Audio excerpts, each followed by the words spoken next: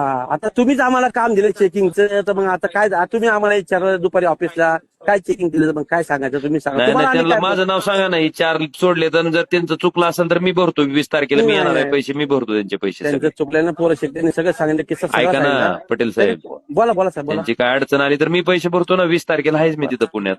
बरं ऐका माझं, आता तुम्ही पूर्ण तुमचा मी पूर्ण मान टाकलाय. तुम्ही माझ्यापेक्षा मोठे अधिकारी आहे, सगळं काय नाही, फक्त अधिकारी नाही साहेब, तुम्ही- खासदार आहे मी.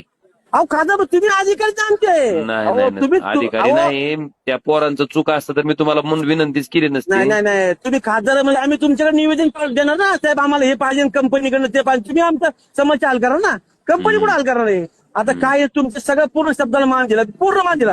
आता चौघात म्हणणं नाही, एक तरी पावती करा आणि तिघांना सोडून द्या.